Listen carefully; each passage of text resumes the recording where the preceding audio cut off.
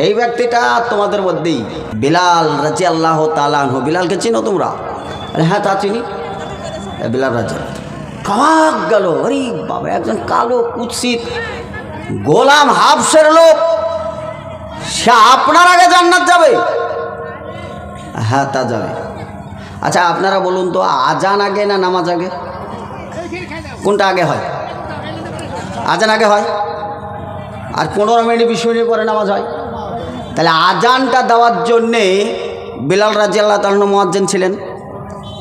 রাসূল সাল্লাল্লাহু আলাইহি ওয়াসাল্লাম বললেন যে আজান যিনি দেন তিনি তো আমার আগেই আজান দেন, আর তারপরে জামাত হয়, তাহলে আমার আগেই থাকে বিলাল। এক। দ্বিতীয় কথা হচ্ছে, রাসূল বললেন যদি কেউ চাও মারামারি করে হলেও আজানটা গ্রহণ করো, আজানটা দেওয়ার চেষ্টা করো, কারণ আজানে কোনো লাফড়া নেই। ওয়ার্ডগুলো মুখস্থ করে নেবে, আজান দেবে, ঝামেলা শেষ। কিয়ামতের মাঠে আজান দেনেওয়ালার গর্দানটা উঁচু হয়ে থাকবে, সবার চেয়ে লম্বা হবে গলার। আর পারলে পরে ইমামতি থেকে দূরে থাকো। যার নাই কোনো গতি সে করে ইমামতি বর্তমান প্রেক্ষাপটে। না কথা ভুল হলেও সামনে আপনারা ইমাম বলে এগিয়ে দেন, পিছন থেকে মোটা বাঁশটা নিয়ে যে পাছায় ভরেন, এটা তো আপনাদেরই কাজ। যার পিছনে নামাজ পড়েন তাকেই বাঁশ দেন। ইমামের এত ভুল, সুবহানাল্লাহ। আপনারা পায়খানাও ফিরেন না, প্রস্রাবও ফিরেন না, আপনার বিবিও নাই, আপনার বাচ্চাও নেই, আপনার মাও নেই, আপনার বাপ না, আপনারা অবতর। যত দোষ ওই ইমামের। বেশি খেলেও দোষ, অল্প খেলে দোষ, প্রস্রাব ফিরতে দেরি হলে দোষ, পায়খানা ফিরতে গেলে দোষ, যত দোষ সব ইমামের। তার টাকা পয়সা দিয়ে হলে পরে ইমামতিটা ছেড়ে দিয়ে, মানে ইমামের পিছনে যত কথা হয়, আমার মনে হয় রাষ্ট্রপতির বিরুদ্ধেও কথা হয় না। ইমামের যা বিরোধিতা করা হয়, ওই লোকটার পিছনেই আমি নামাজ পড়ি। ওই লোকটার সূরা পাতা শেষ হওয়ার পরে আমি তার পিছু পিছু পড়ি। আগে করার আমার নেই। আসসালামু আলাইকুম রহমতুল্লাহ, আসসালামু আলাইকুম রহমতুল্লাহ। মৌলভী সাহেব ঘুরে তাকে পিছনে তাকায়, আল্লাহ রসুল ইমামতি করে পিছনে আল্লাহ রসুল ঘুরে তাকাতেন। এইটাকে আলেমরা মানে ইমামরা ফলো করেছে যে রসুলের সুন্নাত মুক্তাদিদের দিকে ঘুরে তাকিয়ে এরকম বলছে আস্তাগফিরুল্লাহ পড়তে হয়, তা একটু আস্তাগফিরুল্লাহ পড়ি। তো মৌলভী সাহেবরা ওই নবীর সুন্নাতটা আস্তাগফিরুল্লাহ বলছে। আল্লাহ রসুল কিন্তু ঘুরে তাকাতেন, তাকিয়ে জামাতের দিকে তাকাতেন, তাকিয়ে দেখতেন যে কার মুখ পানে তাকালেই বোঝা যায় না। আপনার বাড়িতে গরু পুড়ে গেছে রাত্রে, আর আপনি নামাজ পড়তে এসছেন ফজর, রাত্রে গরুটা পুড়ে গেছে, ওই যে ঘরে আগুন লেগেছিল, গরু পুড়ে গেছে, আপনি নামাজ পড়তে এসছেন। একটাই গরু ছিল, গাই গরু, 5 কিলো করে দুধ দিত। আর একজন সেও নামাজ পড়তে গেছে, সকাল 10টার সময় তার বিয়ে যাবে, সে তার কৃষ্ণনগরে বিয়ে, সেও যাবে, দুইজনেই নামাজ পড়তে এসছে। আচ্ছা, দুইজনের চেহারা কি একরকম থাকবে? দুইজনের চেহারা 2 রকম থাকবে না? গরু পুড়েছে, তার চেহারা দেখে মনে হয় যে এই লোকটা বিপদে আছে। আর যে বিয়েতে সে ঠেলবে যে 10টা বাজছে না কেন, তার মনে একটা আনন্দ আছে, কখন আমি যাব পিড়েতে বসবো। সেও তো একটা আমার দাম্পত্য জীবনে নতুন একটা মেহমান আসবে, মেহমানের আপ্যায়নের জন্য গাড়ি ঘোড়া সব যত যা করার আইটেম করেছে। তাহলে তার মেজাজ একরকম, আর গরু পোড়ার মেজাজ আর একরকম। আল্লাহ রসুল তাকিয়ে ওই লোকটাকে জিজ্ঞাসা করতে যায়, বাবু কী হয়েছে তোমার? মন যে তোমার মলিন মনে হচ্ছে, তোমার অবস্থা ঠিক আছে? আর নবীর আগে কথা বলার সাহস নবীর সাহাবীদের ছিলেন না। জিজ্ঞাসা করলে তিনি বলতেন, হঠাৎ করে আমাদের মতন লোক এসে তো বেয়াদবি করতেন না। সে তো সাহেবটা ভাই রাসূলুল্লাহ, আমার একটি গরু ছিল, সে তো আমার গরুটা রাত্রে পুড়ে মারা গেছে, আমার দুর্দশা। তাকিমুস সালাহ ওয়া আতুজ যাকাত, একসঙ্গে শব্দটা নেই, শব্দটা আছে না নেই? আপনি কোনোদিন ভেবেছেন যে আজকের 5 ওয়াক্ত নামাজ পড়ব তো সারা দিনে 5 ওয়াক্তে 5 টাকা দান করব, এই চিন্তাভাবনা আপনার আছে? জান্নাত তো একবারে মামার বাড়ির একবারে আঙ্গুর থুকা ঝুলছে, খাবেন, ওই যা কাওয়াই বাতরা। মৌলভী সাহেবরা বলেছে আঙ্গুর খাওয়া মাত্র একবার যুবক হয়ে যাবে। ওরে বাপরে, শুনে নিয়েছি তো।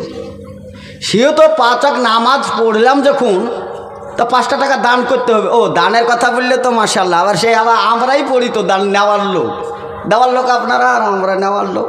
সে তো আপনি ভাবছেন যে মৌলভী সাহেব আবার নেওয়ার জন্য লাইন করছে, 4 চাকাতে এসছি গো। যত ফকির মনে গেছেন তা না, তার যতগুলো বসে আছে তার চাইতে আমার পোশাকটাই ভালো। ফকির মনে হচ্ছে নাকি দেখি? আপনাদের এই মানসিকতাটা এরকম তৈরি হয়ে আছে যে মৌলভী মানে ফকির। একটু মানসিক তৈরি করেন তো মৌলভী মানে রাজা। ভাবতে পারেন না তো, এটা ভাববেন না, মানে ভাবতে গেলে তো একটু আপনার ইগো তৈরি হচ্ছে। অ্যালার্জি আছে তো মৌলভীদের ওপর আপনাদের। চলুন, সে তো টাইম কতটুকু তো আমি জানি না, আমার কারোর বিরুদ্ধে বলার আমার ইচ্ছাও নেই। मैं जी नहीं करता हूँ, मैं किसी का शिकायत करूँ, लेकिन बात से बात आती हूँ तो मैं क्या करूँ। যদি কোনো কথা যদি কারোর বিরুদ্ধে চলেই যায় আর ওই কাজের কাজই যদি আপনি হন তা আমার তো কিছু করার নেই। শুধু আপনাকে আছে, আপনাকে বলবো বলেই আমি নিয়াত করে এসেছি, বিষয় তা না। আর বক্তব্য যে দিব কি ওটা আমি ভেবে চিন্তেও আসেনি।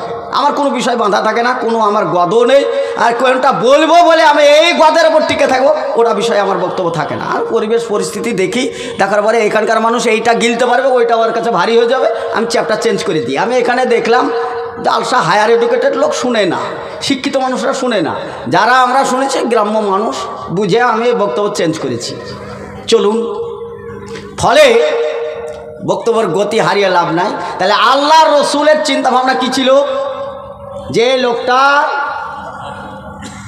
অসহায় হয়ে গেছে, এর গরু পুড়ে গেছে, এর ফ্যামিলি চালানো এখন অসুবিধে, সে তো জাকাত ফান্ডের মাল থেকে তার সহযোগিতা করা যায় না জি? জাকাতের ফান্ড থেকে একটা লোক সে ভিক্ষে করে বেড়াচ্ছে প্রতিদিন।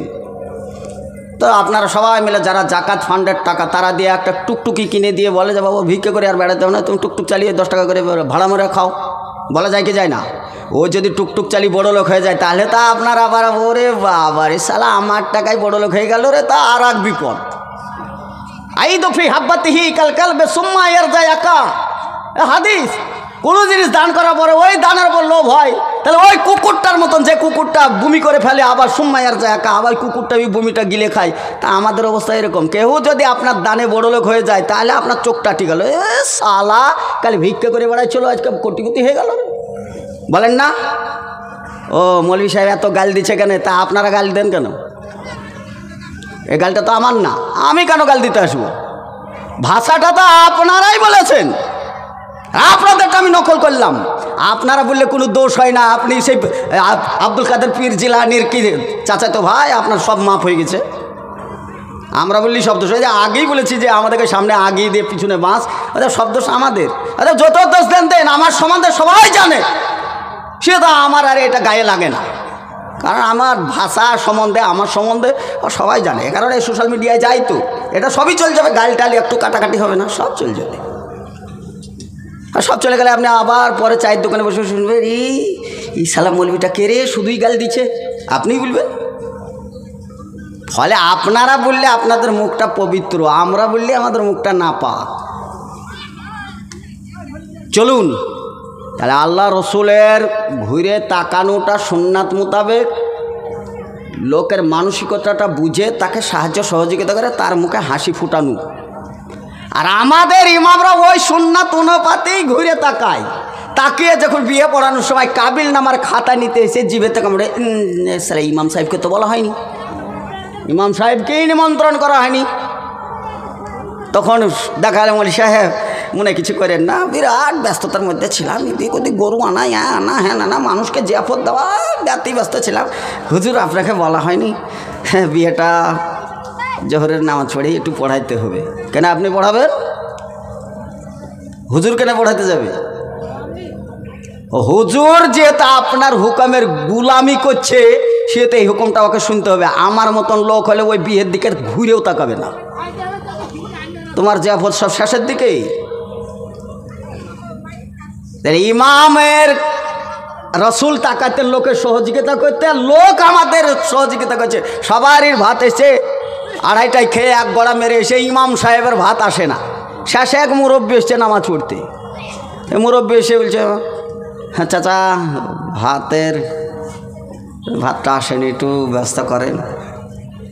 যে চাচাদের ইমামতি করে দুটো ভাত আসে না, তো ইমামদের এসব ছেড়ে দিয়ে ওই টুকটুক কিনে চালানো মেলা ভালো।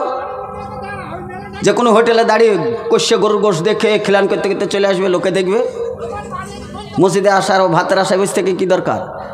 কোরআনে এটা বলেছে, ফাইজা কুজাতি সালা ফান্তাসিল ফিলার, জমিনে চলে যাও, নামাজ হয়ে গেছে, জমিনে তো খাবারের অভাব নাই, খাবার ফেলে দিচ্ছে লোকে। মসজিদে খাবার পাওয়া যাবে না এখন, কারণ ওই ইসলামটা নেই। যে ইসলাম শুরুতে ছিল ওই ইসলাম নেই, আর যারা বসে আছে এরা ইসলামিক লোক না, অথবা ওই ইসলাম নেই, ওদের ভালোবাসা মহব্বত সব বিদায় হয়ে গেছে। চলুন তাহলে বুঝাচ্ছে, আল্লাহ রসুলকে জিজ্ঞাসা করলে তাহলে জান্নাতে কে আগে যাবে? বললে বিলাল রাদিয়াল্লাহু তাআলা যাবে, কারণ সে তো আগে আজান দেয়, আর ওই আজানের 15 মিনিট 20 মিনিট পরে জামাত শুরু হয়, সে তো ওটা আমার আগেই আজানটা দেয়। আর সবারই একটু মনটা, সবাই তো চায় আমার নামটা করলে ভালো হতো, আমার নাম করলে ভালো হতো, আমার নাম করলে ভালো হতো। এটা কে না চায় আমার নাম হোক? এটা আমিও চাই। সে তো বলছে যে ইয়া রাসূলুল্লাহ এটা তো জামাতের ব্যাপার, কিন্তু জান্নাতে যাওয়ার ব্যাপারটা বলুন। আচ্ছা পাগল, জান্নাতে যদি কোনো মানুষ যায় সে তো তার প্রথম মেহমান। জান্নাতে যে যাবে সে জান্নাতের প্রথম মেহমান না? তো সেই প্রথম মেহমান হিসাবে মুহাম্মদ সাল্লাল্লাহু আলাইহি সাল্লামকে পৃথিবীর শ্রেষ্ঠতম উপাধি দিয়েছেন সে আল্লাহ। লাকাদ কানা লাকুম ফি রাসূলিল্লাহি উসওয়াতুন হাসানা, যার উত্তম চরিত্র, যার চরিত্রের ওপর পৃথিবীর কাউর চরিত্র হতে পারে না। ওরা ফানা লাকা যিকরা, যার সম্মানের উদ্দিষ্ট সবার চাইতে উঁচু, সে তো সর্বপ্রথম যে মেহমান যাবে, তো মেহমানের একটা ইজ্জত আছে তো নাকি? আপনাদের এই গ্রামে নেই, কারণ মসজিদে যে লোকে 1000 দিন নামাজ পড়েছে ওই সবগুলোই পড়াচ্ছে। আপনারা আমাদেরকে ডেকে নিয়ে এসেছেন, আজকের দিনের মেহমান আপনাদের, আমাদের সঙ্গে কী ব্যবহার করেছেন বলেন? বলেন ওখানে একটা ক্যাথা, এত বড় গ্রামে লেপ ছাড়া আপনারা ঘুমান, ক্যাথা ছাড়া আপনারা ঘুমান, একটা ছিঁড়া চাদরও ছিল না বিচি দেওয়ার মতো। আলেমদেরকে ডেকে নিয়ে এসে আপনি জালসার কী করবেন? আপনি বলেন, আপনি জালসার কী করতে এসছেন? ওই কথাটা বলার দরকার ছিল না। একটা ছিঁড়া ক্যাথা দিতে পারে না যারা, একটা বালিশ মৌলবীরা, আপনার নাহি আজকের একদিন, আমাদের তো প্রতিদিন। আর একটু হলেও তো গাটা গড়া দিতে ইচ্ছা করে, তো গা গড়া দেবো তো সেই ওই যা বিছানো আছে তাই, একটা বালিশও দিতে পারেননি।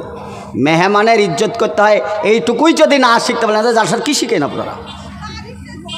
আমরা তো আজকের মেহমান, একদিনের মেহমান।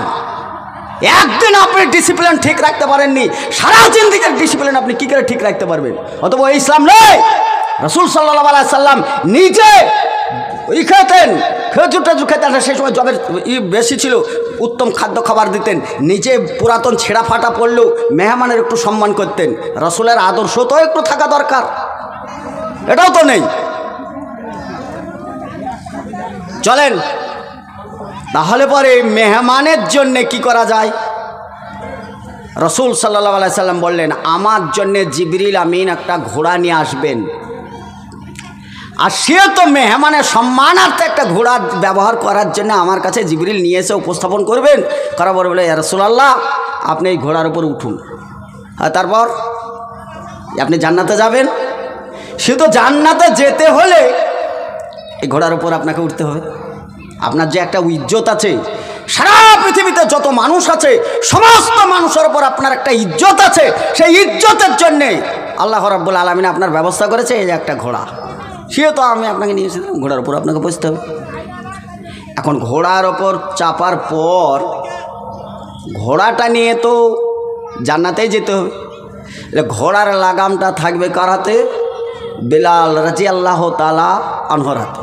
এখন বলেন লাগাম আগে না ঘোড়া আগে? কথা বলেন, লাগাম আগে থাকে না ঘোড়া আগে থাকবে? এখন লাগাম ধরে যদি টানে তাহলে তো লাগামওয়ালা আগে চলে গেল, ঘোড়া তার পিছনে। আল্লাহ রসুল বললেন, সম্মানার্থে আমাকে ঘোড়া নিয়ে এসে দিলেও কিন্তু ঘোড়ার লাগামটা বিলালের হাতেই থাকবে। সে তো বিলাল তো আমার আগেই চলে যাবে, যেহেতু লাগামটা আনবে সে তো আমার আগেই ঢুকে যাবে। ফলে আপনারা প্রশ্ন করলেন যে আপনার আগে কে জান্নাত যাবে? আমি বললাম বিলাল যাবে। তা তোমাদের মধ্যে ইগু হচ্ছিল। এবার বললো দেখি লাগাম তো কাউকে টানতে হবে, সে তো আল্লাহ নির্ধারিত করেছেন বিলালকে দিয়ে টানানো, সে তো বিলাল আগে যাবে, আমাকে তার পিছনে যেতে হবে। আচ্ছা না, পিছনে গেলেও সম্মান আছে না নেই? সম্মান নেই? বিয়েতে যে যায় বর যায়, বর বিয়ে করতে যায়, তো বিয়ে করতে যাই আমরা কিন্তু তাদের পিছনের গাড়িতে যাই। খাবারের সময়তে থালা সমান পড়ে না। আপনি যদি গরুর গোশ খাবো না তাহলে আপনাকে মাছের ব্যবস্থা করবে, মাছ যদি না দেয় তো পোলট্রি করবে, পোলট্রি যদি না করে তো আপনাকে ছাগল করবে। কিছু তো ওই বরের জন্যে আপনাকে এতটা মাছ খাই না রে, মাছ খায় না, মাছ খায় না, গরুর গোশ খায় না, কেউ গরুর গোশ এটা নিয়ে আয়, মানে আপনার এতটা ইজ্জত কেন বলেন তো? আপনি বরের সঙ্গে আছেন তাই। তারপরের দিন যদি আপনি যান তো ওই পরে ডিম কিনতে এসছেন কি তাই বলবে, বরের সাথে ছিলেন তাই আপনার ইজ্জত ছিল। একাই গেছেন আপনার আর ইজ্জত হবে না। যদি ইজ্জত হতে হয় তাহলে আপনার 14 গোষ্ঠীকে জোড়া দিয়ে তাহই হতে হবে। ওই তাহই হয়ে যদি একটা ডিম ভাজি টক করে পড়ে, মাছ খান না গোশ খান না, ওর জন্যে হাজার ব্যবস্থা আর হবে না। বুঝেই তো আসে না। তাহলে চামড়ার বিচার সে যুগেও হতো, এ যুগে হয়। যে কালো চামড়া মানে আমাদেরই বউ দেখতে দেখতে, আমার বউ দেখতে গেছি তো বইয়ের যাকে বিয়ে করবো তার হয়তো পছন্দ হয়েছে, তো তার মার হয়নি। জামাই একবারই আলকাতরা টিন, কী করে জামাই বলবো, মানে শাশুড়িতে বলে, শাশুড়ি মা, তেনার এটা ভাষা। যদি শাশুড়ি হতেন তো তেনার এটা ভাষা ছিল, একবারই জামাই অরুচি, কী করে জামাই বলে লোককে মুখ দেখাবো। এটা যদি এবার শাশুড়ি যদি ভাবলেন, ছেলেটা তো হাজার হোক আলেম মৌলবি মানুষ, দিন ইসলাম আছে, একটু দিনওয়ালা, তা যা বিয়েটা দিব। মেয়েটা কানে গেছে যে ওই এখন তো ছবি দেখতেই পাওয়া যায়, ঘটকের হাতে কত যে ছবি আছে, হাইরে ছবি ঘটক আলা। যারা বিয়ে লাগে বেড়া ওদেরকে কী বলে, ঘটক বলে না, কি ও কথা বলেন, ওদের কাছে অনেক ছবি থাকে। আচ্ছা বলেন ডাইরেক্ট একটা মেয়েকে দেখাই যে চামড়ার চোখ দিয়ে দেখা, হুজুর বলেন পাপ আছে না নাই? মেয়েটাকে ডাইরেক্ট দেখছি আমি, পাপ নাই চোখে? আর ওর ছবি যদি ঘটকের কাছে 13টা থাকে তো ঘটককে একবারে সেই জিবরিল আমিন, তার পাপ হবে না? ছবি দেখেই বিয়ে দিয়ে বেড়ায়। তা আমাদের ছবি যদি কেউ তুলে তো কীরকম ছবি হবে? এই যা মাল আছে তাই তো উঠবে নাকি?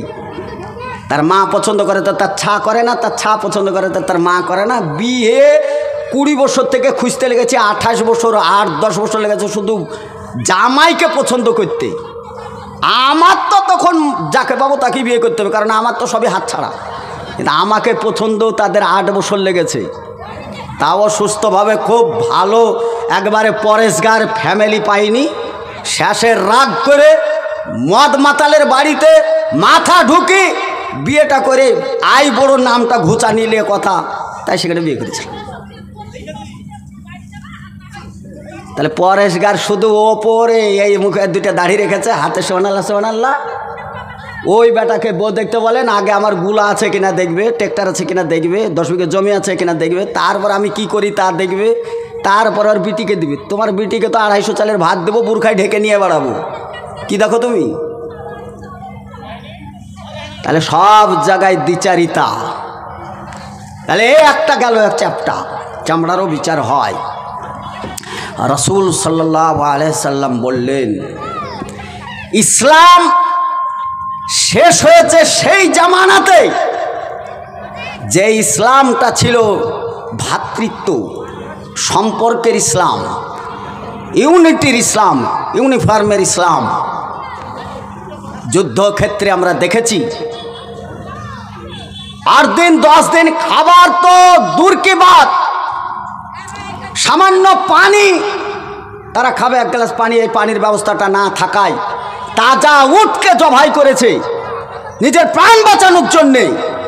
উটের কোহানে সামান্য একটু পানি থাকে, ওই পানিটা নিয়ে মুখে নিয়ে গিলতে যাবেন, আর একজন সাহাবীকে দেখছেন তারাহি করছে, বলে বাবু এসো এসো এসো এসো, বলছে মুখের দিকে ইশারা করছে, আমার মুখে একটু পানি আছে, তুমি একটু নাও, নিয়ে তোমার মুখটা ভিজাও, তুমি তোমার মুখটা ভিজাও।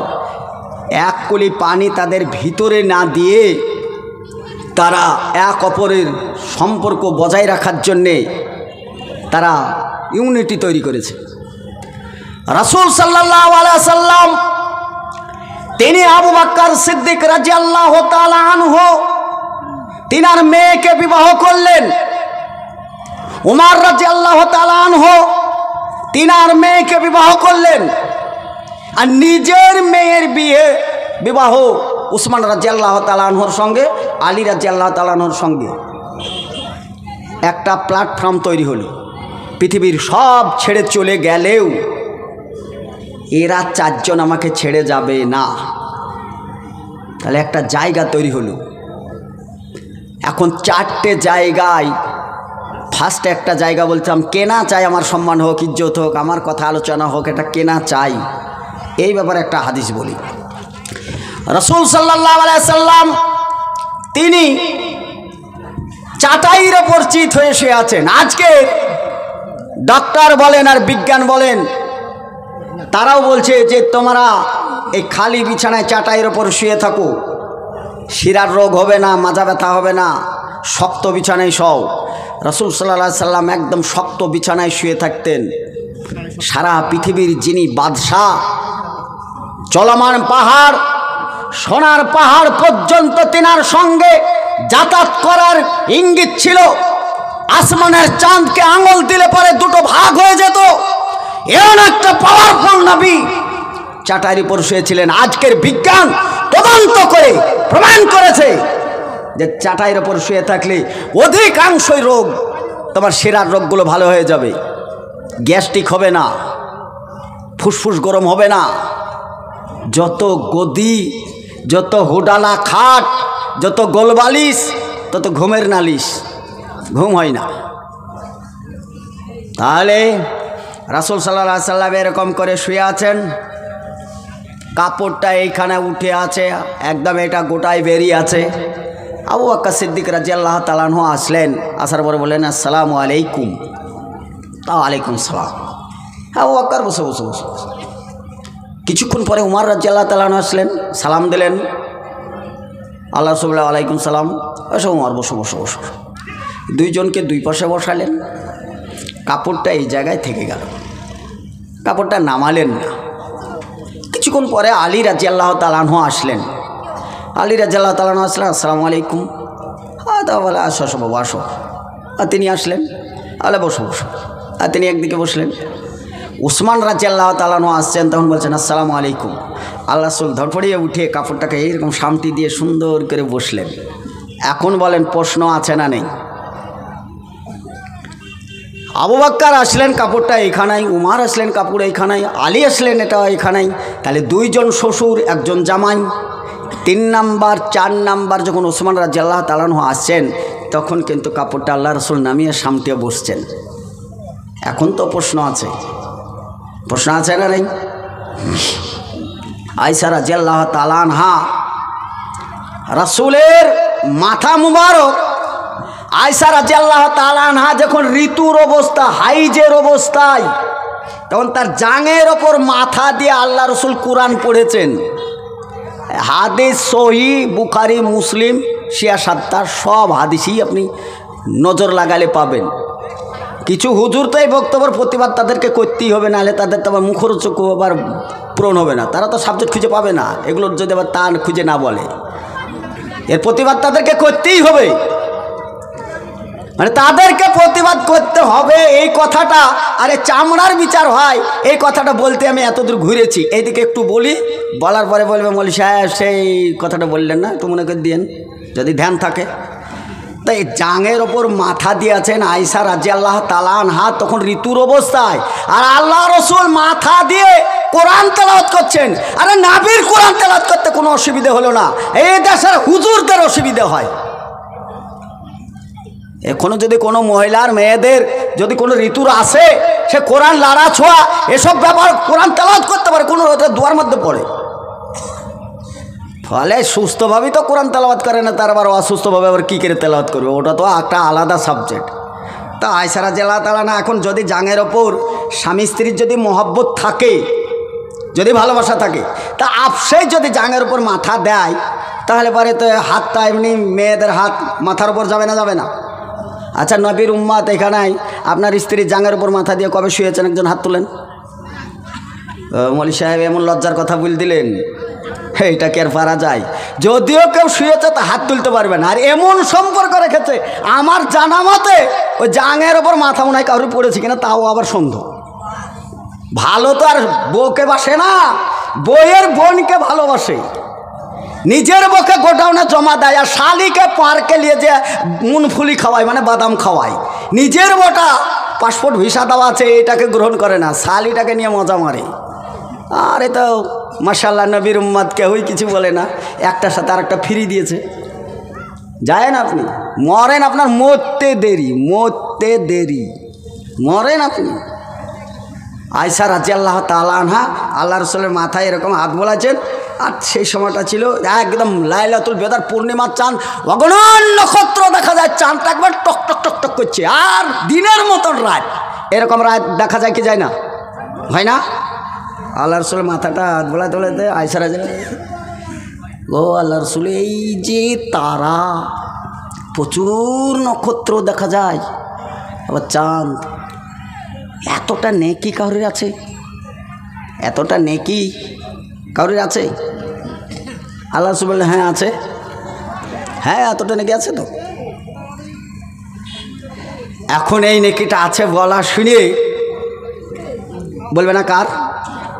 আয়েশা রাদিয়াল্লাহু তাআলা বলেন, এই নেকিটা কার? নেকি যে এত নেকি আছে, তো ওই নেকিগুলো কার? আল্লাহ রাসূল বললেন, এটা উমর রাদিয়াল্লাহু তাআলা আনহু। মাথায় হাত বোলাচ্ছিলেন, টুকটুক টুকটুক করে কথা বলছেন, না হাতটা কিন্তু থেমে গেছে। এটা স্বাভাবিক না? আমার বাপের নাম বাদ দিয়ে যদি অন্য কারো অন্যর বাপের নাম বলে, তো এটা তো স্বাভাবিক, তাই না? কেনা চাই যে আমার বাপের নামটা হতো, আবু বকরের নামটা হতো না, তো উমরের নাম করলো, আর আমি মাথায় বিলি দিছি, হ্যাঁ চুপ করেছি। আচ্ছা, সবচাইতে মনের খবরটা কে জানে বলেন? রাসূল সাল্লাল্লাহু আলাইহি সাল্লামের হাদিস, এগুলো শুনেছেন?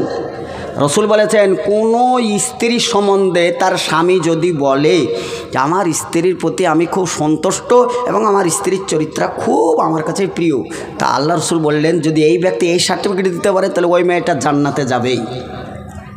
কোনো স্ত্রীতে যদি বলে আমার স্বামীর চরিত্র ফুলের মতন পবিত্র, খুবই সুন্দর আমার স্বামী, এ কথাটা যদি কোনো স্ত্রীতে বলে, তাহলে তার জানতে হবে তার স্বামীরও চরিত্র, সেতে এই সার্টিফিকেটের দৌলতে সে স্বামীও জান্নাতে যাবে। এটা রাসূলের হাদিস।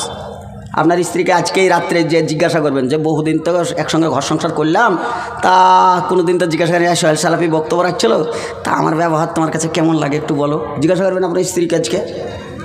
আপনার সব ব্যবহার যদি ভালো বলে, এই যে পুক পুক করে টান মারেন, এইটা কিন্তু স্ত্রী, কোনো স্ত্রী তো ভালো বলে না, বলে? এই যে ফক ফক করে গাল দুই দিকে টেনে মারেন, পৃথিবীর কোনো স্ত্রীতে পছন্দ করে এটা? তাহলে আপনার স্ত্রী যদি বলে যে আমার স্বামীর এই দোষটার চরিত্র খারাপ, ওইটাও লিখিত হবে কিয়ামতের মাঠে, ওই সাক্ষীর কারণে আপনাকে পরকাল হারাইতে হবে, হারাতেই হবে। ও বিড়ির সম্বন্ধে পরে আসবো, ওটা তো সবাই মাশাআল্লাহ ওই গ্রুপে তো সবারই নাম লেখা আছে, আজকে যদি পারেন তাকে নামটাম কাটায়েন, আমি এটা বলি। এই তাহলে দেখা গেল রাসূল সাল্লাল্লাহু আলাইহি সাল্লামের কথাটা শুনে আর একটা কথা বললেন, চুপ থাকায় বললেন যে কী ব্যাপার আয়েশা রাদিয়াল্লাহু তাআলা, আরে কী ব্যাপার তুমি কথা বন্ধ করে দিলে, কোনো কথা বলছো না? তখন একটু ভারী করে বলছেন, ইয়া রাসূলুল্লাহ, আপনি আমার বাপের নামটাও তো করতে পারতেন, আপনি তো আমার বাপের নামটা করতে পারতেন, মানে কি আবু বকরের নামটা করতে পারতেন, সিদ্দিক রাদিয়াল্লাহু তাআলা আনহু। কিন্তু এই কথাটা আল্লাহ রাসূল বুঝতে পেরেছিলেন না পারেননি? এর পরিপ্রেক্ষিতে এই কথাটা বলবে, এটা কার না ধারণা আছে? তখন আল্লাহ রাসূল একটু মুচকি হেসে বললেন, পাগলি পাগলি, আবু বকর সিদ্দিক রাদিয়াল্লাহু তাআলা আনহুর একটা রাত্রির ইবাদত আর উমর রাদিয়াল্লাহু তাআলা আনহুর সারা জীবনের ইবাদত, তার চাইতো আবু বকরের মর্যাদা বেশি হবে। বলা যাবে একবার সুবহানাল্লাহ? আচ্ছা, আবু বকর কি আমল করেছিল যে সে এত নক্ষত্র, গোটা আসমান ভর্তি নেকি, যে মানুষ পাগনি করতে পারে না, এত নেকি কার হতে পারে? তখন বললো উমর রাদিয়াল্লাহু তাআলা আনহু। তো উমরের বলার পরে একটা রাত্রির আবু বকরের মর্যাদা আর উমরের সারা জিন্দিগির মর্যাদা, ওই কী ইবাদত করেছিল একটা রাত্রে, যেটা আপনি করতে পারবেন না? আপনি পারবেন না? আবু বকর প্রথম একটি কথা বলেছিল, আবু জাহালদের নেতৃত্বে যে পৃথিবীর মধ্যে সবচাইতে নোংরা চরিত্রের কয়েক শ্রেণীর লোক ছিল, তার মধ্যে আবু জাহেল ছিল।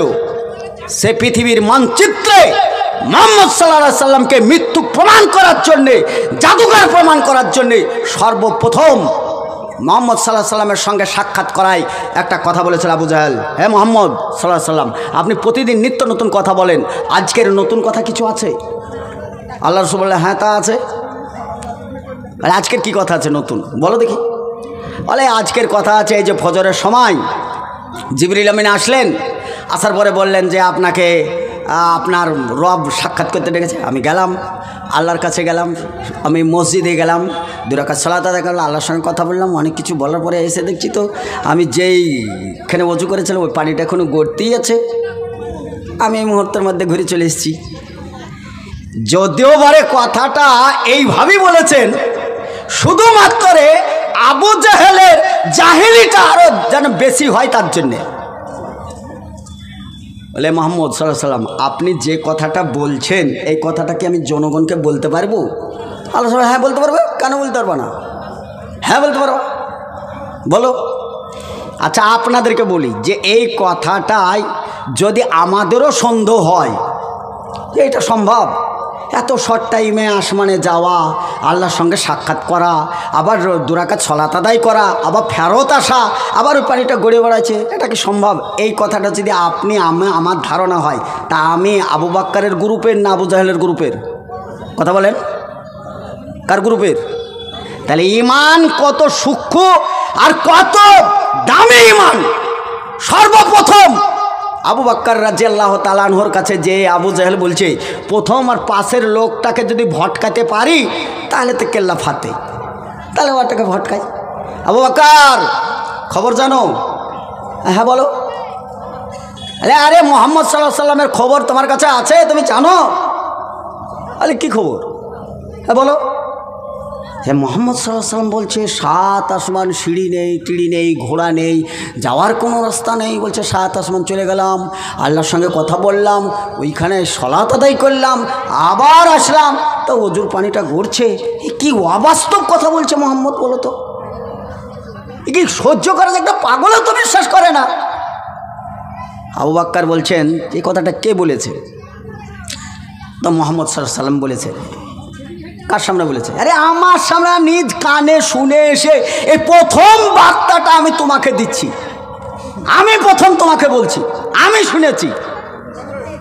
ও মুহাম্মদ সাল্লাল্লাহু আলাইহি সাল্লাম যদি এই কথাটা বলে থাকে আর তুমি যদি শুনে থাকো, তাহলে বারহাক ওয়াল্লাহি আল্লাহর কসম করে বলছি মুহাম্মদ সাল্লাল্লাহু আলাইহি সাল্লাম যে কথাটা বলেছে এটা একেবারে সত্য কথা বলেছে, আমি তার সাক্ষ্য দিচ্ছি। সুবহানাল্লাহ বলা যাবে? এটাকে চারটেখানি ব্যাপার। আবু জাহেলের কথা অনুপাতে এই সাক্ষী দেওয়া কি চারটেখানি কথা? নাম ছিল আবু বকর। নামটা কি ছিল? আবু বকর। আল্লাহর পক্ষ থেকে ওমা ইয়ানতিকু আনিল হাওয়া ইন হুয়া ইল্লা ওয়াহয়ুন ইউহা, নিজে থেকে কোনো কথা না বলায় যে কথাটা আসতো আল্লাহর প্রত্যাদেশ, ফায়সালায় জিবরিল আমিন এসে বলল, হে মুহাম্মদ সাল্লাল্লাহু আলাইহি সাল্লাম, আজ থেকে আবু বকর নয়, আজ থেকে আবু বকর সিদ্দিক অর্থাৎ সত্যবাদী। আপনার কথাটাকে যে সেকেন্ড পরিমাণে যে কোনো চিন্তা ছাড়াই প্রমাণ করেছে সত্য, আল্লাহ এটা গ্রহণ করে খুশি হয়ে আবু বকরের নামের লকাবে আজ থেকে সিদ্দিক বলতে হবে, আবু বকর সিদ্দিক রাদিয়াল্লাহু তাআলা আনহু। এই দিনের ইবাদতের কথাটাই, বিশ্বাসের পাল্লাটা যদি এক পাল্লায় চাপানো হয় আর উমর রাদিয়াল্লাহু তাআলা আনহুর সারা ইবাদতে এক পাল্লায় চাপানো হয়, বলেন তো কারটা ভারী হবে? এখন ভারী কার? আবু বকর সিদ্দিক রাদিয়াল্লাহু তাআলা আনহু। তাহলে আন্তরিক বিশ্বাস, ইমানের বিশ্বাস, এর নাম বিশ্বাস। আয়েশা রাদিয়াল্লাহু তাআলা আনহা বললেন যে কথাটা বলার পরে আবু বকরের একদিনকার, উমরের সারা জীবন। আয়েশা রাদিয়াল্লাহু তাআলা অনেক খুশি হয়ে গেলেন, অনেক খুশি হয়ে গেলেন। ওই যাকরে আমার বাপের নামটা তাহলে প্রথমেই আছে, তাহলে আমার বাপের নাম প্রথমেই আছে, আলহামদুলিল্লাহ, শুকরিয়া আদায় হলো। দ্বিতীয় কথা হচ্ছে, একটা কথা ছেড়ে এসেছিলাম, আবু বকর তাহলে পৃথিবীর সবচাইতে সম্মানিত লোক আবু বকর সিদ্দিক রাদিয়াল্লাহু তাআলা আনহু নাকি, এটা পেলাম এবং খুব নিকটের। উমর রাদিয়াল্লাহু তাআলা আনহুর ব্যাপারে আল্লাহ রাসূল বলেছেন, আমি যদি নবী না হতাম তাহলে উমরের মধ্যে নবুয়তের যোগ্যতা দেখতে পাই। 27টা জায়গায় উমরের সিদ্ধান্তের উপরে কোরআনের আয়াত অবতীর্ণ হয়েছে। তার চারটেখানি কথা ছিল না। উমর সিদ্ধান্ত যেটা নিয়েছে ওই সিদ্ধান্তের উপরে আল্লাহর সিদ্ধান্ত, অতএব কোরআনের আয়াত নাযিল হয়েছে 27টা জায়গায়। তাহলে উমর রাদিয়াল্লাহু তাআলা বিরাট লোক। তাহলে প্রথম সালাম দিয়ে আবু বকর আসলেন। আল্লাহ রসুলের পা সারা পৃথিবীর সম্মানী লোক, পায়ের কাপড়টা এখানে থেকে গেল। উমর রাদিয়াল্লাহু তাআলা হসলেন, পায়ের কাপড় এখানে থেকে গেল। আলী রাদিয়াল্লাহু তাআলা হসলেন জামাই, তিনারও কাপড় এখানে থেকে গেল। উসমান রাদিয়াল্লাহু তাআলা জামাই, তিনি যখন আসছেন তখনও কিন্তু আল্লাহ রসুল গুটিয়ে পাটা নিয়ে ঢেকে ঢুকে সুন্দর পরিবেশে বসলেন। বলেন তো, 3 জন, একটা জামাই, 2 জন শ্বশুর, এটা 4 নম্বরে ইনিও জামাই। তাহলে এই 3টের বেলাতে কাপড় নামলো না, এই 4র্থ বেলায় কাপড় নামলো। তাহলে তো এই ব্যাপারে জানতে হবে, জানা দরকার আছে না নাই? আল্লাহ রসুল সাল্লাল্লাহু আলাইহি সাল্লামের এই পরিবেশে থাকায় জিবরিল আমিন এসে আল্লাহ রসুলকে বললেন, ইয়া রাসূলুল্লাহ, উসমান রাদিয়াল্লাহু তাআলা আনহু জীবনেও কোনোদিন কোনো খোলা জায়গায় গোসল করেনি, খোলা জায়গায় গোসল করেন নাই, আর জীবনে কোনোদিন উলঙ্গ হয়ে গোসল করেন নাই। কাপড়ের যদিও অভাব ছিল, কিন্তু একটা কাপড় পানি ঢেলে পরিষ্কার ভিজে এই কাপড় সহ তিনি গোসল করতেন। শুকনো কাপড়টা উপর দিয়ে আসত আর ভিজা কাপড়টা নিচ দিয়ে মানে আচরণ করত। আমরা ওই সময় যারা নিকটের ফেরেশতা যারা থাকতো তারা পর্যন্ত উসমানের এই চরিত্র দেখে, এই সম্মান দেওয়া দেখে, উসমানকে দেখে ফেরেশতারা সম্মান দিত, কেমনকি আমরাও দিই। অতএব আপনি নবী, সেহেতু আমরা সম্মান দিই, সেই ব্যক্তিকে আপনাকে সম্মান দিতে হবে, অতএব আপনি কাপড়টা নামান। তাহলে বোঝা গেল যে আল্লাহ রসুল ফেরেশতা সকল মিলে যেনাকে সম্মান দিয়েছিলেন তিনি তো পুরুষ, তিনার ব্যাপারে তো পর্দার আয়াত নাযিল হয়নি। কিন্তু এই যে আমার মা, খালা, ফুপু, এদের ব্যাপারে তো পর্দার আয়াত নাযিল হয়েছে, হয়নি? মসজিদে নামাজ পড়ার ব্যাপারে, নারী পুরুষ নির্বিশেষে সকলে নামাজ পড়ার অনুমতি আছে। সে ফরজ, নফল, তারাবি, বেতের সবই পড়ুক। একটা জিনিসের ব্যাপারে আল্লাহ রাসূল বলেছেন, একে রুকো না, একে রুকো না। যদি সে মসজিদে যায় তাহলে স্বামীদেরকে সাবধান করেছে যে যদি মসজিদে যায় তাহলে তার মসজিদে যাওয়ার অনুমতিটা দিও। তাহলে মসজিদে যাওয়ার ব্যাপারে স্বামীদেরকে বলেছে মসজিদে যদি নামাজ পড়ার ইচ্ছা করে তাহলে তারা পড়ুক, কিন্তু মসজিদের চাইতে মেয়েদের নামাজ পড়া বাড়িতে উত্তম, বাড়ির চাইতে, বারান্দার চাইতে ভিতরে উত্তম, ভিতরের চাইতে আরও ভিতরে যদি নামাজ পড়ে তাহলে আরও উত্তম। তাহলে উত্তমেরও একটা জায়গা আছে, এটা পেলাম। এখন ধরেন মসজিদেই গেছে, আমার বউ গেছে, আপনাদের বউগুলো তো ভালো মানুষ, আপনাদের যায়নি, আমার বউ গেছে। তা আমার বউ গেছে আর 3-4টে মেয়ে গেছে, তারা নামাজ টামাজ পড়ছে। ইমাম সাহেব এত মাশাআল্লাহ এত ভালোই টেনশনেই থাকে, যা বোঝা যায়। ইমামদের যা দুর্গতি তাতে টেনশনে থাকাই স্বাভাবিক। ওই যে শওকাত সাহেব বলছিল ইমাম সাহেবের বেতন কত, 4000, নামাজ হবে না। এই যে শওকাত একটু করে বলছিল শওকাত সাহেব, তো তাদের সত্যি সত্যি টেনশন থাকে। বাড়ি থেকে যদি ফোন আসে এই যে বাচ্চাটা পাতলা পায়খানা হচ্ছে, 4 দিন ভালো হচ্ছে না, এ কী করবে? দেখাও, আমি তো এই নতুন ছুটি থেকে এলাম, আর যেতে পারবো না। আবার সে 15 দিন পরে 2 দিন ছুটি, ডাক্তার দেখাও, এ ডাক্তার দেখাও, আর একবার সেলাইন টানছে। এখন মোবাইলে দেখা যায় যে তোমার ছেলে এখনও পদ্যম ধমক ধমক ধমক ধমক করছে, আর এ যে মসজিদ ছেড়ে যাবে ইও ধমক ধমক করছে যে এই যে 15 দিন পরে যাচ্ছে, আমারও তো মনে হয় তার কেটে যাবে। এই ধমক ধমকে সূরা ফাতিহা পড়েন, দেখি কী করে পড়বেন? নামাজ পড়ান আপনি? পড়েছেন কোনো দিন? এমনি তো পিছনে দাঁড়িয়ে তো তামান মাঠের জমিতে সার ছিটান, এমনি তো নামাজে দাঁড়িয়ে তামান জমে ওই যে হিসাব কষেন, হিসাব কষার আর টাইম নাই। এক সময় হঠাৎ করে ইমাম সাহেব 3 রাকাতে সালাম ফিরে দিয়েছে, এখন নামাজ পড়তে যে লোকের সন্দেহ হয়েছে 4 রাকাতে নামাজ, মৌলী সাহেব 3 রাকাতে ফিরলো না 4 রাকাতে ফিরলো, এই সব গোলমাল গোলমাল করতে করতে আর কাউকে না পেয়ে যে একটা পুরাতন নামাজি, এরকম একটা পুরাতন নামাজিকে ধরেছে। এই তো দীর্ঘদিন নামাজ পড়ে, এ তো হাজি সাহেব মানুষ, এ তো মক্কা ঘোরা লোক, এর নামাজ ঠিক আছে, মাশাআল্লাহ খুব ধীরস্থিরভাবে নামাজ পড়ে, তাহলে এই নামাজটা ঠিক আছে।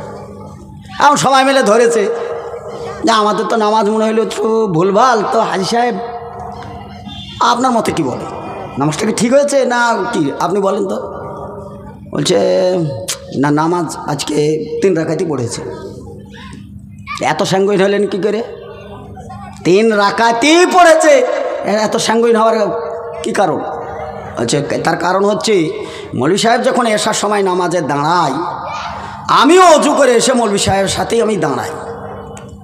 দাঁড়ানোর পরে ওই যে রোডের ধারে আমারও 4-5টা দোকান আছে, তোমরা তো জানো। সেও তো মৌলভী সাহেবের সূরা কেরাত সব শেষ হয়, আর মৌলভী সাহেব যখন সূরা শুরু করে তখন আমি দোকানের হিসাব শুরু করি। মৌলভীর 1 রাকাত শেষ, আমারও একটা দোকানের হিসাব শেষ। অতএব আজকে আমার পুরাপুরি 3টে দোকানের হিসাব হয়েছে, আর মৌলভী সালাম ফিরে দিয়েছে। তাহলে তো এখনো একটা দোকান বাকি আমার হিসাবে তাহলে পাওয়া যাচ্ছে।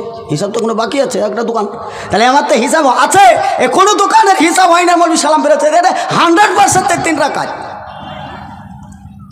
আপনাদের আমার নামাজে আমি চিনি যে আপনাদের নামাজ কেমন, যে যেমন ব্যবসায়িক তার তেমন হিসাব লেগেই থাকে। যত গণ্ডগোল সব নামাজের মধ্যে শয়তান যদি ওসওয়াসা দিতে পারে, আর নামাজে যদি আপনাকে মুরতাদ বানিয়ে দিতে পারে, তাহলে নামাজ পড়ে আপনাকে জাহান্নামে যদি নিয়ে যেতে পারে, শয়তান কামিয়াব।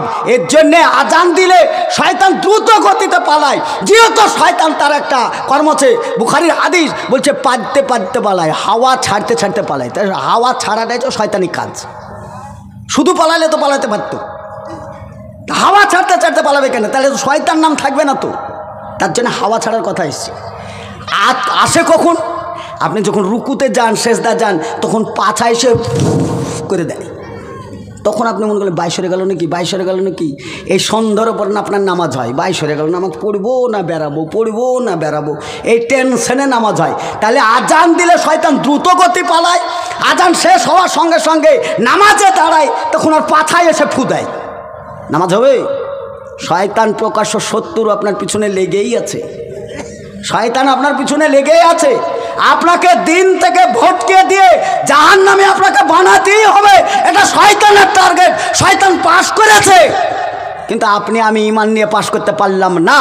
চলুন, দেখা গেল এখন হাজী সাহেবের যদি এই দুর্গতি হয়, ইমামের যদি এই দুর্গতি হয়, মুসল্লিদের দুর্গতি হয়, তাহলে পিছনে মেয়েরাও ছিল। যেহেতু আমার বউ গেছে নামাজ পড়তে, আমার বউ তো গেছে নামাজ পড়তে। এখন মেয়েদের মনটা দেখবেন অনেক সময় স্থির, মেয়েদের অনেক সময় ধীর স্থির মন। নামাজ পড়তে পড়তে ইমাম সাহেবের ভুল হয়েছে, এখন এই ভুলটা যদি পুরুষের মধ্যে ধরা পড়ে, তো পুরুষরা কি করবে? কথা বলেন, পুরুষরা কি বলবে? সুবহানাল্লাহ বলবে না? অনেকে বলে আল্লাহ আকবার, আল্লাহ আকবার আল্লাহ আকবার আর বলতে চায় না, একটাই বলেন সুবহানাল্লাহ। আল্লাহ আকবার আল্লাহ আকবার ও আর কিছু বলে আর লাভ নেই, একটা কথা বলবেন।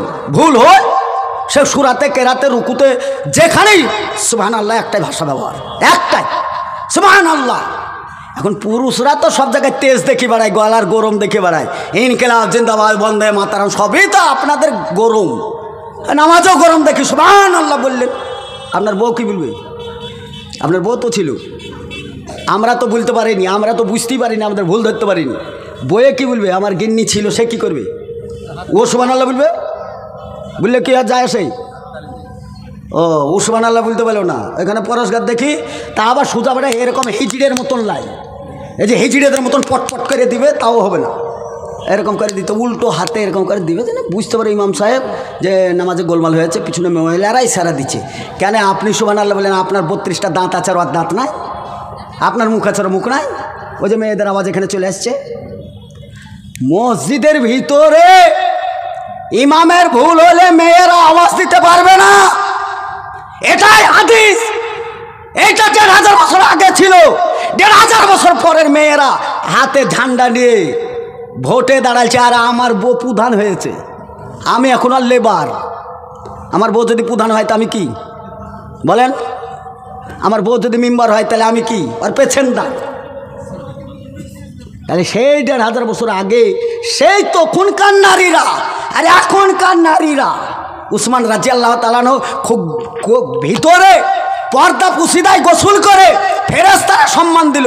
আর আজকাল আমার মা খালায় যে যারা জালসা শুনতে এসছে, এইখানে যদি টিবল থাকে তাহলে আর কে যায় আসে, আর দেখা দেখি কি? এই পুকুর যদি থাকে, মেয়েরা সাঁতার কাটছে কুম্ভ মেলার মতন, এরাও সব মেলা। কি আছে? হে ইসলাম কোথায় আছে? ফকিরকে ভিক্ষে দেয় না, আর টিপ টিপে আলো জ্বেলেছে কতটি দেখেন গায়ে, যে আলো রাস্তা থেকে রাস্তায় যা আলো জ্বেলেছে, কিসের জন্য অত আলো? এত এত ক্যাচামেচা করে আলো, এই যে হ্যালোজিন ট্যালোজিন, হ্যালোজিন দিয়ে তো দেখেছে, আমার বিয়ে তো হয়নি, ওই তো বলেছি এত আলো দিয়ে আমার চেহারার তো পরিবর্তন হয়নি, তা অন্ধকারেই জালসাটা শুনতেন তো কী হয়েছে? এত আলো টালে এত ফুল মূল লাগানো, এটা ইসলামিক কালচার, এর জন্য কিয়ামতের মাঠে কৈফিয়ত দিতে হবে না? কমিটি লোকের গদ্দান খুব মোটা নাকি? পাপ তো ঘাড়ে চাপবেই। আর যত মেয়ে মাশাআল্লাহ, ওই যে ছেলে আর মেয়ে আজকের যা ফ্রি ফায়ার চলছে, তার পাপ কে নেবে? বলেন কে নেবে ওই পাপ? কেন আপনারা নিষেধ করতে পারলেন না যে আমার ব্যবসায় তোরা ব্যবসা করতে আসছিস কেন? আমি তো ব্যবসা করেছি, আমি তো দিন শিখাচ্ছি, আমার দিনের মধ্যে দিন ঢুকলো কেন? এই কথাটা বললেন না কেন? আপনি বলেন কিসের চাষা করেন আপনি এতদিন ধরে?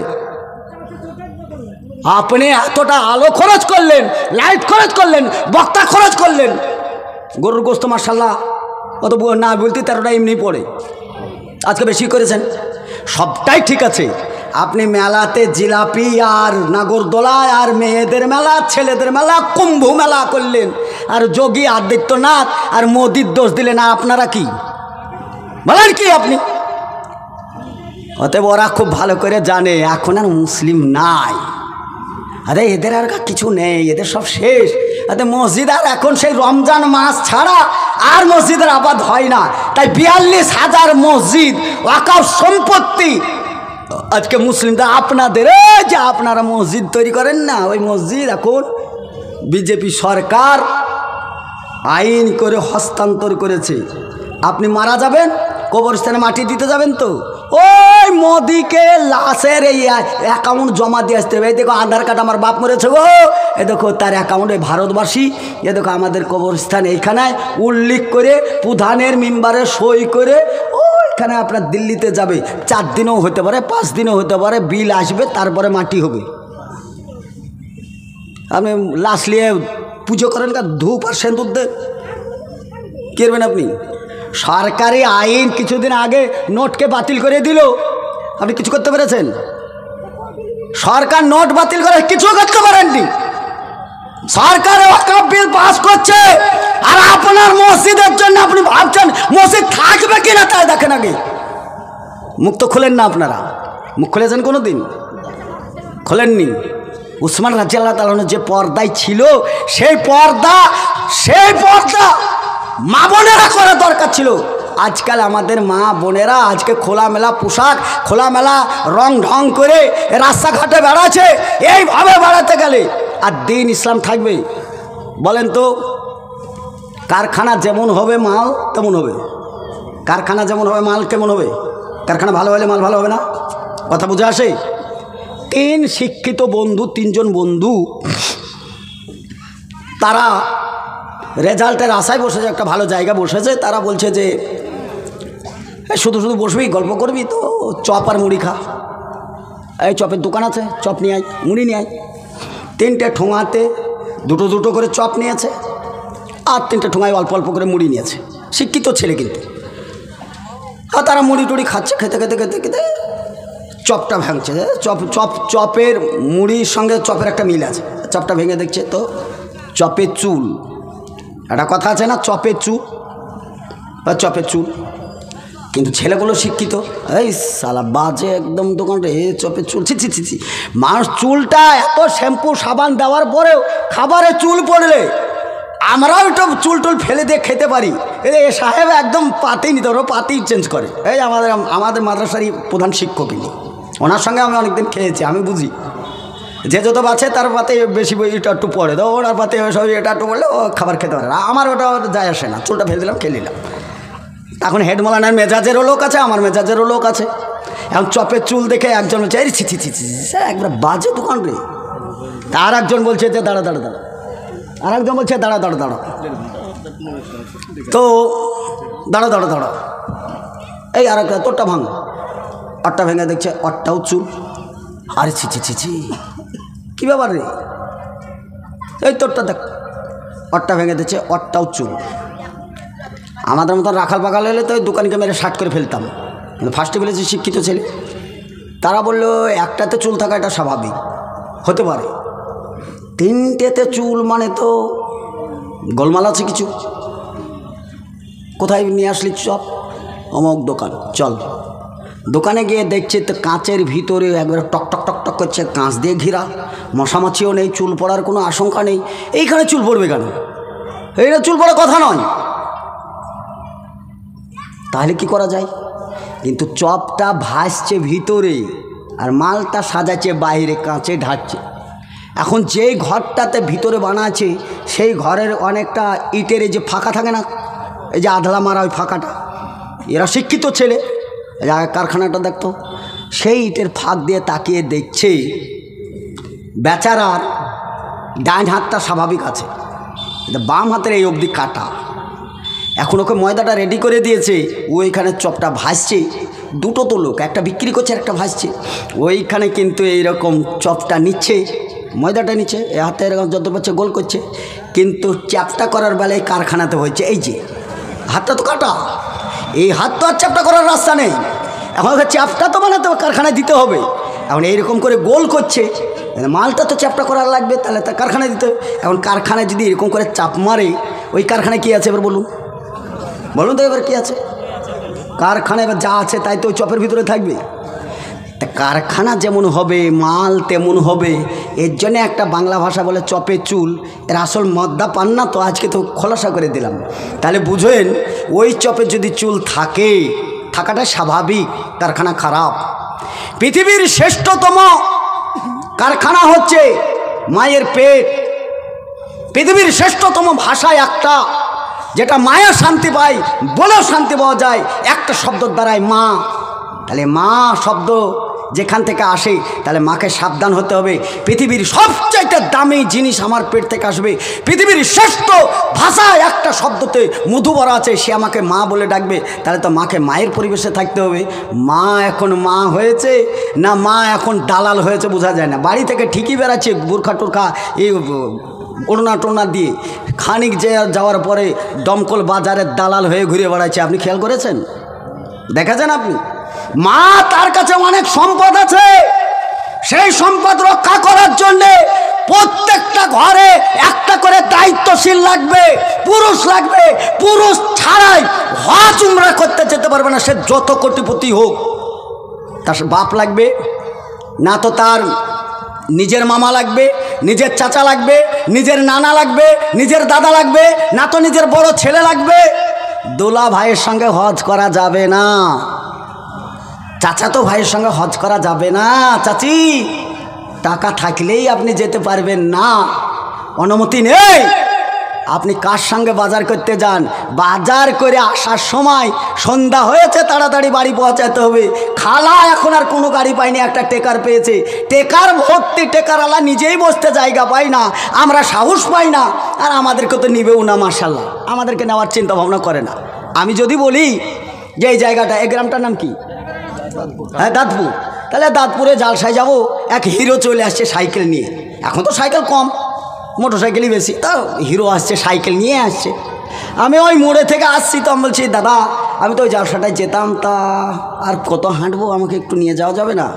ও সামনে চাকা একবার তাকাবে, পিছনে তাকা, ফুল পাম্প থাকলেও একটা ভাষা বার করে বলছি, এটা যা হয় না, সাইকেল খুব দুর্বল। তা ভালো, সাইকেলের ভিতরে তার আমার ঢুকিনি, আমি জানি না, দুর্বল হতেই পারে।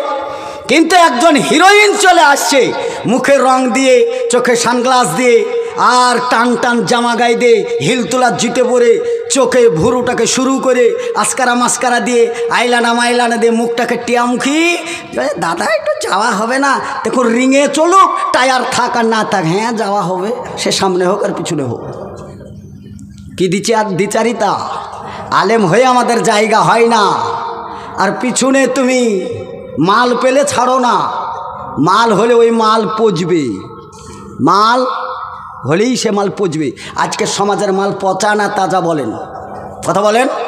আমি তো মায়েকে এত চেঁচিয়ে বলতে পারছি, সৎসাহস নেই। সব মাল পচা, পচে আছে এই সমাজ, সমাজ নষ্ট করেছে। আজকে বলেছি আমি ১৫০০ বছর আগে যে ইসলাম ছিল, ওই ইসলাম মুছে গেছে। বর্তমান যে ইসলাম, এই ইসলাম ইসলাম নয়, কলঙ্কিত। এটা ধর্মের নামে সব অধর্মী ব্যবসা চলছে, সব কৃষ্টি কালচার সব পাল্টে গেছে। ইমান টচ মেরে দেখতে গিয়ে ইমানের ওই ব্যাটারি পোড়ানো হবে, ইমান খুঁজে পাওয়া যাবে না। ইমান পাওয়া যায় চাচা বড় বড় দাড়ি, মাথায় টুপি জুব্বা, আউয়াল ওয়াক্তে নামাজ পড়ে, কিন্তু বেটা লেপ গাইতে ঘুমিয়ে থাকে। একদিন বলেছে বেটা নামাজটা পড়তে চ? বলেছেন? বলেননি? বলবেন না আপনি? কারণ আমরা বলেছি ইয়া আইয়ুহাল্লাযিনা আমানু কু আনফুসাকুম ওয়া আহলিকুম নারান। আমরা বলেছি হে ইমানদার বান্দাগণ, তোমরা নিজে বাঁচো, তোমার হাল ভাতকে বাঁচাও গো, জাহান্নাম থেকে বাঁচাও, জাহান্নাম থেকে বাঁচাও। আসসালাতু খায়রুম মিনান নাওম। আজান হলো আর আপনি ওযু করে ঠান্ডা পানিতে আপনি বেরিয়ে আসছেন, আর আপনার ছেলের পাটা বেরিয়ে গেছে লেপ থেকে, আপনি লেপটা তুলে ছেলেটাকে ঢেকে দিয়ে আপনি নামাজ পড়তে চলে এলেন। বলেন আপনি বাপ? প্রমাণ করেন যে হ্যাঁ আমি বাপ। ওই ছেলের পর আপনার মহব্বত আছে। বলেন তো আপনি তো ঠিকই জান্নাতের জন্য চলে এলেন, জান্নাত কুড়াইতে এলেন, জান্নাতের আঙ্গুর খেতে এলেন। ছেলেটা কোথায় যাবে? ছেলেটাকে যে লেপে ঢেকে দিয়ে এলেন, শীত থেকে বাঁচালেন, কিন্তু জাহান্নাম থেকে তো বাঁচাতে পারলেন না আপনি। ওকে জাহান্নামের লোকড়ি বানিয়ে দিয়ে আপনি নামাজ পড়তে আসলেন। আপনি বাপ না শত্রু? আপনি নিজের ছেলের সাথে শত্রুতা করেছেন। কলমে ওইটা পাল্টা ঘুরে এসে বাপকে এখন ছেলেরা, ইয়ং ছেলে, শিক্ষিত ছেলেরা বাপকে বাপ বলে না, বরঞ্চ 10 কিলোমিটার দূর থেকে শ্বশুরকে আব্বা জান বলে। বাপকে যদি একটু তাহই বলতো তাও একটু শান্তি পেতেন। বাপকে এখন তাহই বলে না, মানে রে বাপরে কি না জানি হয়েছে, একটু লেখাপড়া করেছে মাটিতে পা পড়ে না। মাকে তো মা বলেই না, মাকে মা বলার প্রয়োজনই মনে করে না। মাকে প্রয়োজন মনে করিবে কেনে? মা আগেই প্রয়োজন মিটিয়ে দিয়েছে জনগণের, এতে ওই মাকে মা বলতে ইচ্ছা হয় না।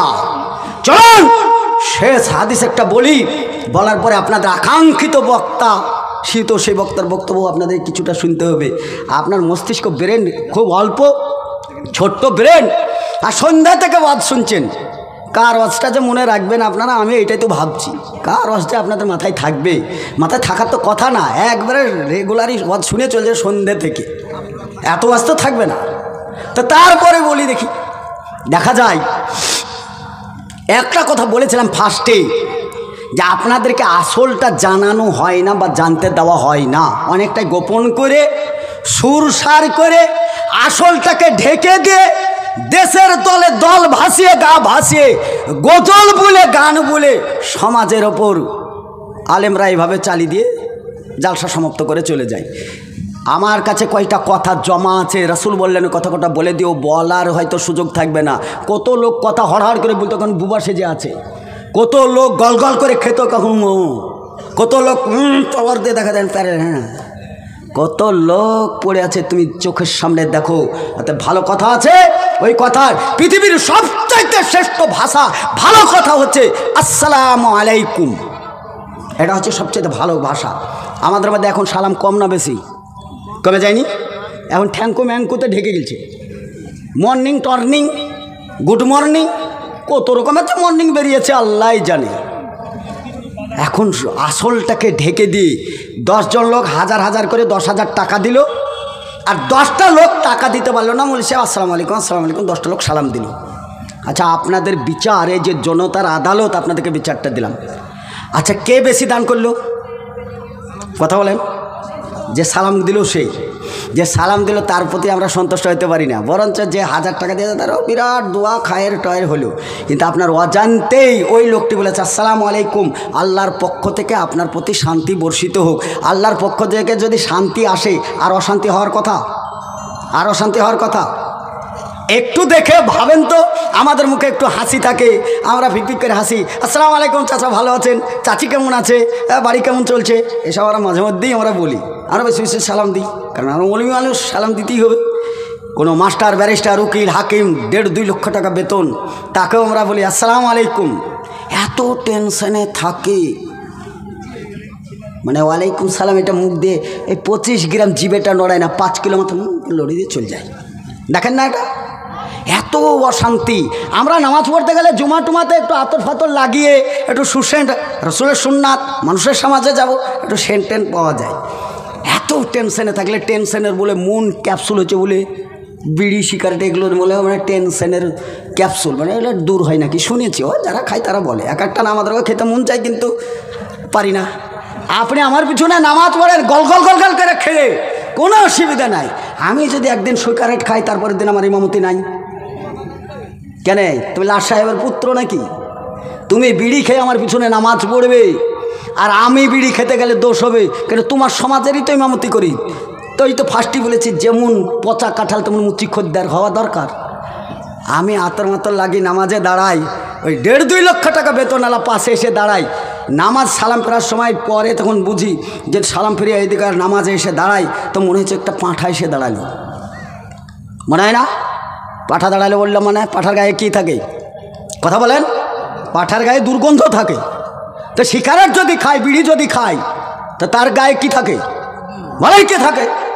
তো পাঁঠা যদি অপবিত্র হয়, ওর যদি দুর্গন্ধ হয়, ও যদি শোভনীয় না হয়, তারা আপনি খুব শোভনীয়। যারা বিড়ি খাচ্ছেন, এই যে বিড়ির সাথে যাদের মোহাব্বত আছে, শুনে রাখেন, যারা বিড়ি খাচ্ছেন, ধূমপান করছেন, আল্লাহর কসম করে বলছি, আল্লাহর কসম করে বলি আর নাই বলে, আল্লাহর কসম খায় আর না খায়, আল্লাহই বলেছে লাহুম তুআমুন ইল্লা মিন জারিন লা ইসমুন ওয়ালা ইগুনি মিন জু।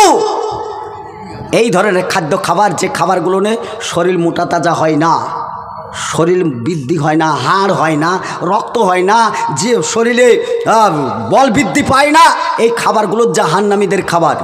বলেন, বিড়ি খেলে পরে শরীর মোটা হয়, শরীরে বল হয়, শক্তি হয়।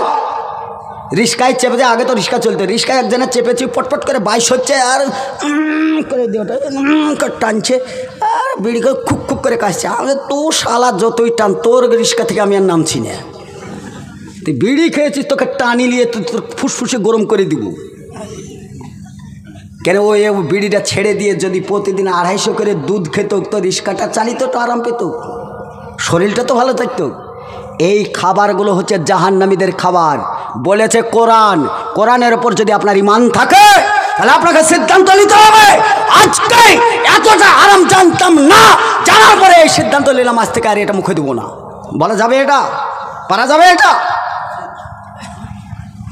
তাহলে আর একটা হাদিস বলি, আপনার সিদ্ধান্তটা আপনাকেই দেবো। শেষে ওই যে একটু বলেছি, এই যে কালো রং, এই রঙের বিচারটা একটা শেষ সীমা নাই যাওয়ার, ছেড়ে দেওয়ার সময় বলে যাব।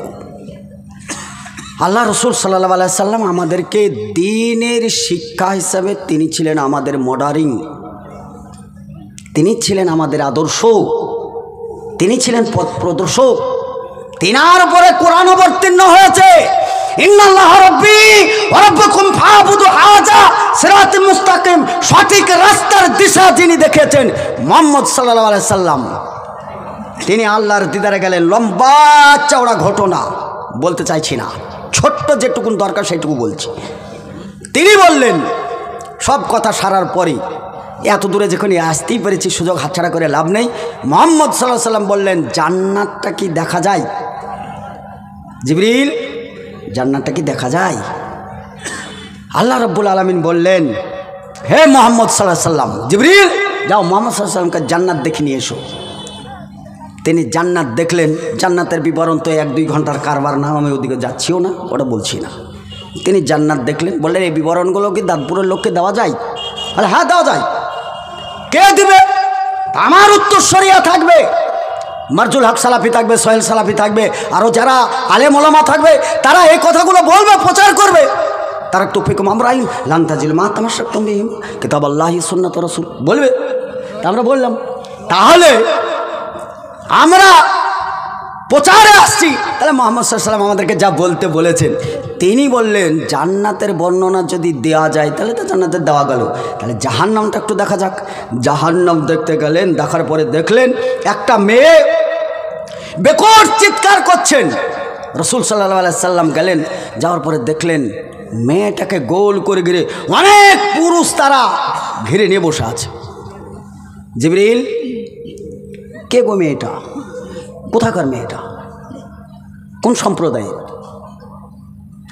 আল্লাহ রাসূল বললেন, জিবরিল আপনি বললেন এটা দাঁতপুরের মেয়ে, আপনার উম্মতের মেয়ে। এর আযাবটা কেন হচ্ছে? নামাজ পড়েনি, দান করেনি, খায়রাত করেনি, তার জন্য আযাব হয় না। আযাবটা হচ্ছে এই মেয়েটা রাস্তাঘাট ঝাড় দিত, গায়ে হাতে কাপড় সেই রকমই থাকতো, যে যেত সেই দেখত, অত গুরুত্ব দিত না। ও যতগুলো পুরুষ গিয়েছে সব পুরুষের নজরে মেয়েটার গায়ে পড়েছে। ওই প্রত্যেকের পক্ষ থেকে যারও সন্তান তার পেটে জমেছে, এখন আর বাচ্চার জন্ম হচ্ছে না, তাই জাহান্নামের ফেরেশতারা এসে তার সিজার করছে। এক একটা বাচ্চা সিজার করতে 70 বছর কেটে আছে। কিন্তু সবচাইতে মজার কথা, সবচাইতে মজার কথা, পৃথিবীতে বেঁচে ঘুরে আসতে পারবেন না, আর ওইখানেও মরবেন না, মরণের আকাঙ্ক্ষা করবেন। জিবরিল মরার আকাঙ্ক্ষা করছে এরা, নিয়ে সাদের মউতগুলা, বুখারীর হাদিস, মৃত্যুগুলো সব ভেড়ার মতো থাকবে, সবগুলো নিয়ে এসে যারা জান্নাতি হবে তাদেরকে ডান দিকে, জাহান্নামী হবে তারা বাম দিকে। জিবরিল সব জবাই করে দাও। এই যারা আছি আমরা সবকে জবাই করে দেওয়া হবে। চোখের সামনে যখন মারা যাব তখন জিজ্ঞাসা করবে আল্লাহ, এ সোহেল সালাফি, এই দুম্বাটার গায়ে কি লেখা আছে? তা সোহেল সালাফি লেখা আছে। এইটা তোমার মৃত্যু ছিল, দুনিয়াতে তোমার জন্য ঘোষণা করা হয়েছে, এই তোমার মৃত্যুটাকে জবাই করে দিলাম, তুমি জান্নাতে গেলেও আর মরবে না, আর জাহান্নামে গেলেও মরবে না, তোমার মৃত্যুটাকে জবাই করলাম। বুঝে আসে? বুঝে আসে? তাহলে ওই মেয়েটির আর্তনাতে তার কাছে মৃত্যু আসছে না। রাসূল সাল্লাল্লাহু আলাইহি সাল্লাম বললেন, আমি কি দাঁতপুরের মেয়েদেরকে বলতে পারবো? বলে অবশ্যই পারবেন। কি দিয়ে বলবো? কোরআন ও হাদিস। এই কোরআন ও হাদিসের মণ্ডনটা আপনাদেরকে বলতে এসেছি। রাসূল সাল্লাল্লাহু আলাইহি সাল্লাম আর একটু এগিয়ে গেলেন। এগিয়ে যাওয়ার পরে একটা মেয়ের চুলটা উপরে বাঁধা আছে, নিচে আগুন দাউ দাউ করে জ্বলছে, আর লজ্জা স্থানটা পুড়তে পুড়তে পড়ে যাচ্ছে, আর ওই লজ্জা স্থান থেকে পুরা রক্ত পুঁজগুলো গলে গলে লজ্জা স্থান থেকে গড়ে গড়ে পড়ছে। আল্লাহ রসুল বললেন, আমি নিচে তাকিয়ে দেখলাম কিছু পুরুষের দল নিচে, তাদেরকে জাহান্নামের ফেরেশতারা এসে মুখটাকে এরকম করে ফেড়ে ধরছে, আর ওইগুলো গড়ে গড়ে এসে এদের মুখের ওপর পড়ছে। এদের মুখের ওপর পড়ায় এরা অনিচ্ছাকৃত, এটা তো গিলার কথা নয়, অনিচ্ছা করে ফেরেশতারা ধরে আছে। জিবরিল, কি অপরাধের সাজা?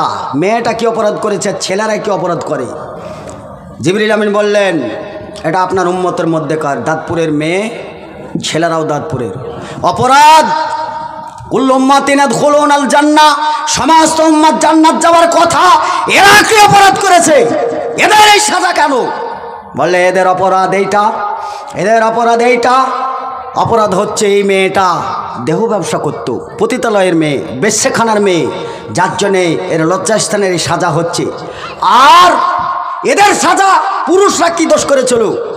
পুরুষরা দোষ করেছিল যেটা নিষেধাজ্ঞা, বিড়ি, সিগারেট, গুল, জর্দা, তামাক, গুল যত ছিল সব মুখে হড়হড় করে ভরে চলো।